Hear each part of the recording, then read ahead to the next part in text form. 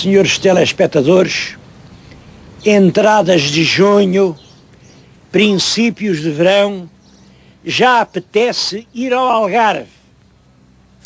Bom, o dia de hoje não foi assim particularmente feliz. O Algarve é sempre muito mais bonito do que isto. Tem realmente uma luminosidade. O Algarve é uma glória, é uma alegria.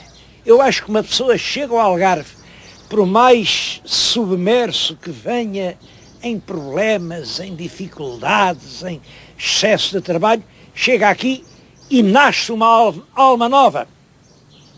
Hoje o dia está realmente nublado. Bom, mas isto é só para cumprir o ditado que diz que não há regra sem exceção. Às vezes, no Algarve, também há nuvens. Às vezes. Eu vi um ponto do Algarve que é particularmente interessante. Na nossa frente está o estuário do Rio Arade. O Rio Arade é dos mais importantes rios da pré-história portuguesa. Era uma espécie de mar interior, tinha ao fundo uma nobre cidade de que já lhes falei, Silves. Essa cidade lentamente foi sendo estrangulada pelo próprio tempo, mas veio a renascer, assim como uma metástase longínqua, aqui já perto da Barra. Era a Vila Nova de Portimão. Vila Nova quando era vila, claro. Hoje a cidade de Portimão.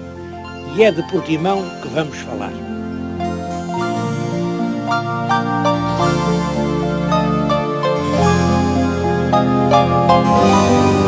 Eu acho que a melhor maneira de contar a história de uma terra é começar pelos monumentos, começar nos mais antigos e vir até aos mais modernos. É isto que vamos fazer neste caso. Já viram que estão num sítio estranho, muito estranho. Estou aqui no fundo de uma sepultura coletiva. É um dos mais importantes monumentos do sul do nosso país. Esta é a necrópole de Alcalar. A palavra necrópole é formada por polis, claro, polis quer dizer a cidade, e necros, os mortos, é uma cidade dos mortos.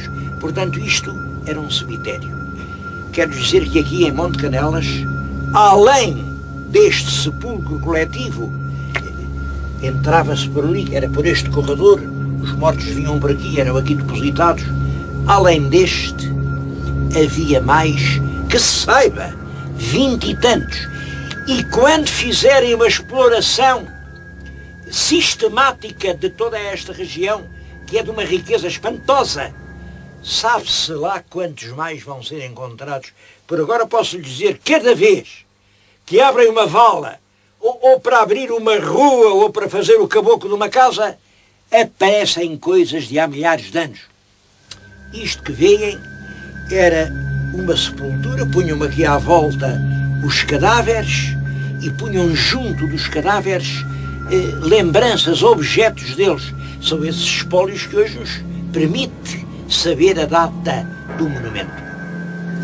É uma coisa de cerca de 2000 anos antes de Cristo, portanto, 2000 anos antes de Cristo, já estamos no início da idade dos metais. Os homens já sabem extrair da pedra o metal que com elas se confunde e fabricar os seus instrumentos. Tenho aqui alguns instrumentos de metal, que evidentemente não são aqui destas ruínas, até lhes vou dizer como são comprados nos antiquários de Lisboa, porque infelizmente quem encontra estas coisas, em vez de as ir entregar nos museus, tenta vendê-las aos antiquários. Quando é em Lisboa ainda vá lá, porque, enfim, ficam no nosso país. Mas a grande maioria está a ser vendida para o estrangeiro. Os objetos que eu trouxe comigo, isto é uma coisa, isto é cobre. Isto é cobre, é um cobre ainda, é um machado que tem o feitio da pedra. A pedra polida era mais ou menos assim. Isto é um cobre que já não é puro, porque sabem que o cobre não é muito rijo. O cobre não serve para instrumentos, é mó. Portanto, eles começaram, a certa altura, a misturar-lhe estanho. Bom, o que eu tenho aqui já é um objeto de bronze e, por sinal, um lindíssimo objeto. Isto é uma foice. É uma foice, tem um gume afiado. Já tinha aqui uma pala para entrar no cabo. Bem, foi com coisas destas que os nossos antepassados apanharam o primeiro pão que comeram. Acho muito curiosa esta outra peça, que é de uma tipologia muito conhecida. É um machado atlântico. Aqui é já o machado para pôr num cabo. O cabo era mais ou menos, não seria bem assim, mas era mais ou menos isto. Aqui temos nós o machado em condições de funcionar. Tudo isto é da época do bronze e, portanto, contemporâneo deste monumento. Como lhes disse, não é só uma sepultura, são muitas.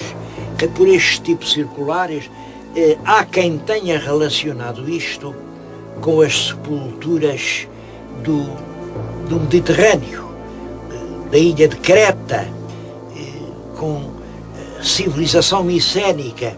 É muito possível que haja relação entre os homens que vinham lá do fundo do Oriente e que chegavam até aqui. Para quê? O que é que faz andar os homens? Eu acho que nisso eles eram como nós. Andavam à procura da riqueza. E aqui nestas serras havia jazigas de cobre. E eles vinham à procura do cobre com que se fabricava o bronze.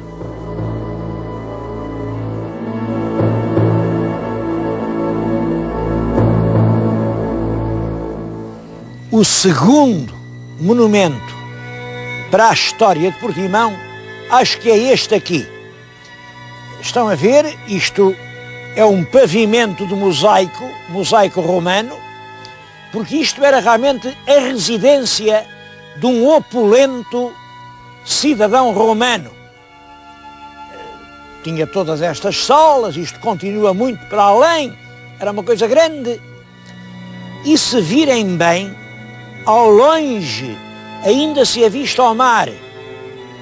O mar que outrora vinha até aqui muito perto. Havia aqui um cais a meia dúzia de metros e, portanto, a Vila do Senhor ficava junto ao mar. Todas as vilas romanas tinham esta característica, tinham um fácil escoamento dos produtos. Eu não sei ao certo quais eram os produtos que este proprietário exportava, provavelmente produtos marítimos, era a salga do garum, talvez produtos agrícolas. O certo é que ele tinha bom gosto e ainda hoje a gente vê o mosaico das suas câmaras. O mais bonito de todos era o da sala do meio, chamavam-lhe a sala F. Era tão bonito, que aqui há meia dúzia de anos resolveram tirá-lo para o restaurar, porque ele estava assim um bocado escavacado como aos outros.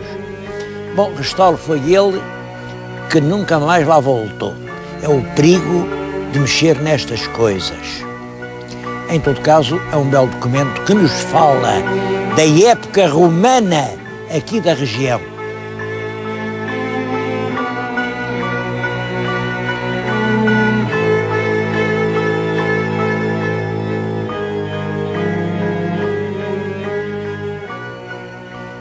Penso que aquela vila deve ter sido destruída, arrasada, quando vieram os bárbaros. Bom, e depois vem a Idade Média. A verdade é que durante a Idade Média não há a menor notícia de Portimão. Sabemos que Portimão aparece como povoação quando o rei manda estabelecer 40 moradores do termo de Silves. O termo de Silves quer dizer a região em torno de Silves. Mandou-os estabelecer aqui na barra do rio Arade, para poderem defender o rio dos assaltos dos corsários. Isto aconteceu já no tempo de Dom Afonso V, já ao terminar a Idade Média, exatamente por volta de 1460. Ora bem, o mais ilustre edifício da nova povoação de Portimão é este em que me encontro agora. Como veem, isto é um claustro, mas ele é feito naquele grés vermelho igual ao Castelo de Silves. Esta rocha foi trazida para aqui desde Silves. Bom, e hoje o convento encontra-se num estado que realmente não pode deixar de impressionar. Bom, e eu pergunto, o que é que se passa aqui, então, nesta terra, onde constantemente se constrói, andem aí por essas ruas, são montanhas de pedra que sobem para o céu, mais casas, mais... Então só aqui, neste lugar, só aqui, é que não se pôde fazer uma obrazita de conservação. E estou-lhes a falar de um problema que é uma aspiração de todos os moradores de Portimão. Quando eu cheguei aqui, fui almoçar, naturalmente, àquelas ricas esplanadas onde servem o peixe grelhado. Pois estava no fim do almoço, quando vem um empregado dizer-me a mim e aos rapazes da equipa: olha, a gente conhece o senhor, se não se importa, diga lá se fazem alguma coisa pelo convento de São Francisco. É uma vergonha ao estado aqui que ele chegou. Foi o pedido que o rapaz me fez e ele tinha toda a razão. É o rapaz que pensa assim, mas é a opinião unânime da cidade, é a opinião da Câmara. Eu tenho aqui um documento que gosto imenso deste tipo de trabalhos. Isto é um documento feito na escola secundária, dirigido por um professor, o Dr. Jaime Palhinha, que com os seus alunos veio aqui e fez Convento de São Francisco e Igreja de Nossa Senhora da Esperança, estudo para a sua recuperação e reabilitação. É um estudo em que, enfim, se apresenta o estado a que o convento chegou e se fazem os projetos de transformar isto, enfim, num logradouro. Lembram-se quando estivemos, acho que foi em Faro, num convento que também esteve muito tempo assim com um perder abandonado e hoje é um admirável museu. Era o que se podia fazer aqui. E por que é que não faz? Eu acho que ninguém tem a culpa, senão nós todos. É a própria lei. O que acontece é que este convento, quando chegou o liberalismo e a expropriação dos bens das ordens, foi vendido em asta pública, vem um proprietário, comprou agora, é claro, pertence aos seus descendentes, e o proprietário tem todo o direito de dizer: isto é meu, e é, claro que é. Bom, é meu e não vende. Também tem o direito de não vender. Se uma coisa é minha, quem quer vende, quem não quer não vende. Bom, mas também não se pode obrigar um proprietário a restaurar um monumento desta enorme envergadura. E isto vai-se degradando. Amanhã cai uma parede, depois cai uma coluna, e quando isto for só uma pedreira e uma imundície, é claro que o melhor é chamar os bulldozers. Isto está mesmo no coração de Portimão, e aqui está um belo terreno para fazer mais arranha-céus.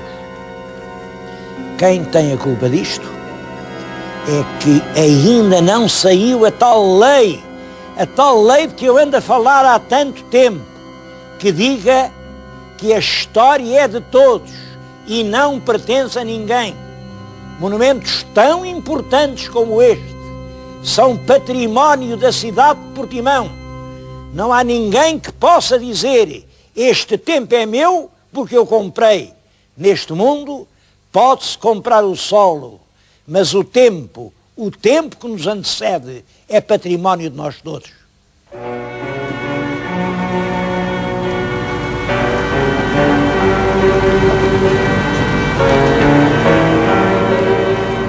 Portimão é uma terra de pescadores. Isto ainda hoje, sabem que ainda hoje Portimão é o quarto porto de pesca português. Eu queria evocar isso aqui num barco, aqui na ria e na barra de Portimão, mas apanhei mau tempo, é por isso que estou aqui encapotado a ter que lhes falar, porque realmente um tempo péssimo. Houve gente de Portimão muito notável, eu queria lhes falar especialmente de um, que é o João Fernandes de Leão Pacheco.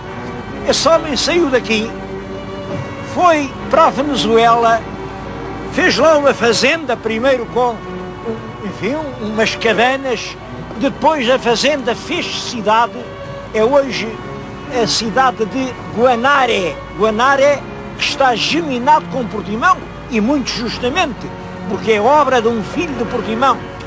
Uma outra história é do Diogo Gonçalves, também nasceu aqui, foi para a Índia, o rei nobilitou, ele ganhou lá uma grande fortuna, não sei bem como, mas ganhou. E como não tinha a quem a deixar, resolveu aqui em Portimão fazer uma enorme casa para os jesuítas fazerem um colégio. Mas o edifício era tão notável que o Pombal teve uma ideia, transformar aquilo na sede de Portimão. E para isso chegou a decidir criar o Bispado de Portimão, era o Bispado do Barlavento. Era realmente um erro dividir o Algarve em dois bispados e por isso o projeto acabou por não se realizar, porque o Marquês de Pombal foi apiado com a morte de Dom José e a Rainha Dona Maria não quis fazer o segundo bispado. Mas foi nessa altura a primeira vez que se chamou cidade a Portimão. Cidade por ser a sede de um bispado. Como o bispado não vingou, o título de cidade também não se impôs. E Portimão só veio a ser cidade mais tarde, já em 1924. Mas isso também por obra de um outro portimonense muito ilustre, o escritor Manuel Teixeira Gomes, que foi, como sabem, Presidente da República.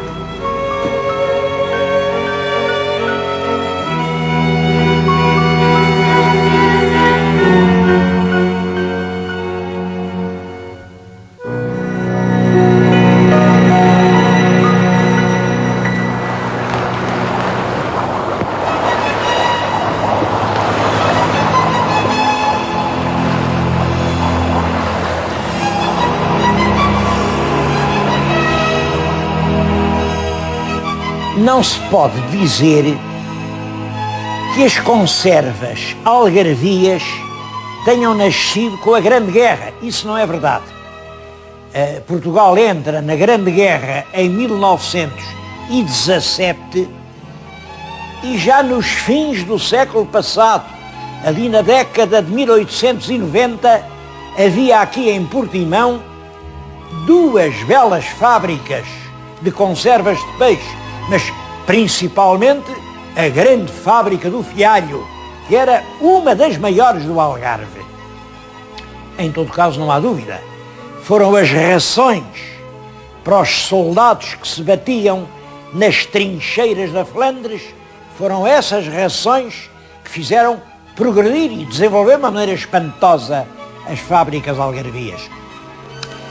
Eu não sei se os meus telespectadores já viram que eu vim falar-lhes nisso aqui num cenário que parece que não tem nada a ver com conservas de sardinha. É um sítio luxuoso, isto é, a escadaria de um palacete. Tem aqui no primeiro plano um belo candelabro francês. Toda a escada é acompanhada de azulejos bem curiosos com a vida do Camões. Olhem aqui, está o gigante Adamastor a aparecer aqui ao Vasco da Gama, que lhe dirige a mão. Quem és tu? Até lá acima é tudo a vida de Camões e tudo isto está decorado com esses motivos nacionalistas. É uma arte, é um neogótico palacete em estilo neogótico. Quem é que o fez? Foi um dos homens das conservas. É de 1918, eu acho graça a esta data, em 1918, quando este conserveiro de Portimão chamava aqui pelas glórias do Camões, estavam a morrer na Flandres, no terrível 9 de abril de 1918. Muitos milhares de jovens portugueses. Bom, venho para aqui porque, de certo modo, este tipo de obra, esta obra suntuária, luxuosa, este Heróis do Mar, Nobre Povo, explica a queda das conservas algarvias. É que os industriais do Algarve, em vez de reinvestirem nas suas empresas os produtos abundantes da sua atividade, não faziam isso. Faziam palacetes góticos, compravam grandes quintas, casavam as filhas com netos de viscondes. Entretanto, é claro, os concorrentes iam-se equipando, arranjando processos melhores, conserva de melhor qualidade e, sobretudo, mais barata, e foi assim que Portugal perdeu o domínio da conserva de sardinha na Europa. Ainda hoje dizem sardinhas portuguesas, mas a maioria já não são pescadas em Portugal. Claro que houve uma outra razão, devo-lhes dizer, é que, exatamente quando começava a declinar o tempo da conserva, descobre-se que aqui no Algarve há algo ainda melhor que a sardinha. É o sol na praia. E começam a vir grandes quantidades de turistas, começam-se a disputar os terrenos, começa a haver as grandes negociatas para construir as grandes urbanizações, pequenas aldeias doces no clima das colinas transformam-se em cidades com imensas torres de cimento e nasce este Algarve que nós hoje conhecemos. O reino do turismo sucedeu ao período da conserva.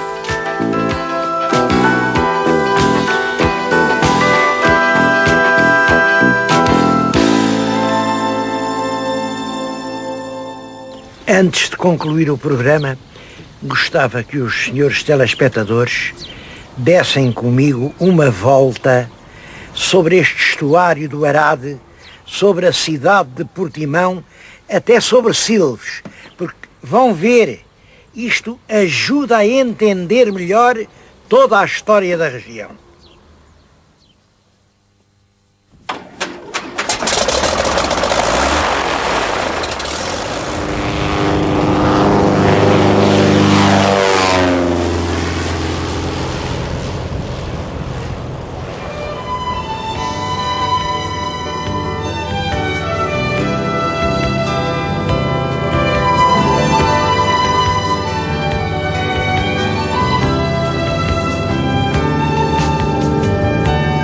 Lá vemos a cidade de Silves, coroada pelo seu castelo de grés vermelho. Reparem como se vê bem o que outrora foi uma grande e larga estrada, o curso do rio Arade. Já foi um rio de águas profundas, onde podiam navegar as esquadras. Agora é aquilo, vejam, é uma veiga, águas escuras, rodeada de pântanos verdes e pardos, e foi aquilo que fez asfixiar a cidade de Silves. A cidade sem rio, sem ligação com o mar, pouco a pouco foi perdendo a sua importância. Mas a vida é frágil, mas é teimosa. Os barcos não podiam sair do estuário, pois a cidade mudou lá de cima para o estuário. E é assim que, em vez da velha cidade de Silves, surge a Vila Nova de Portimão.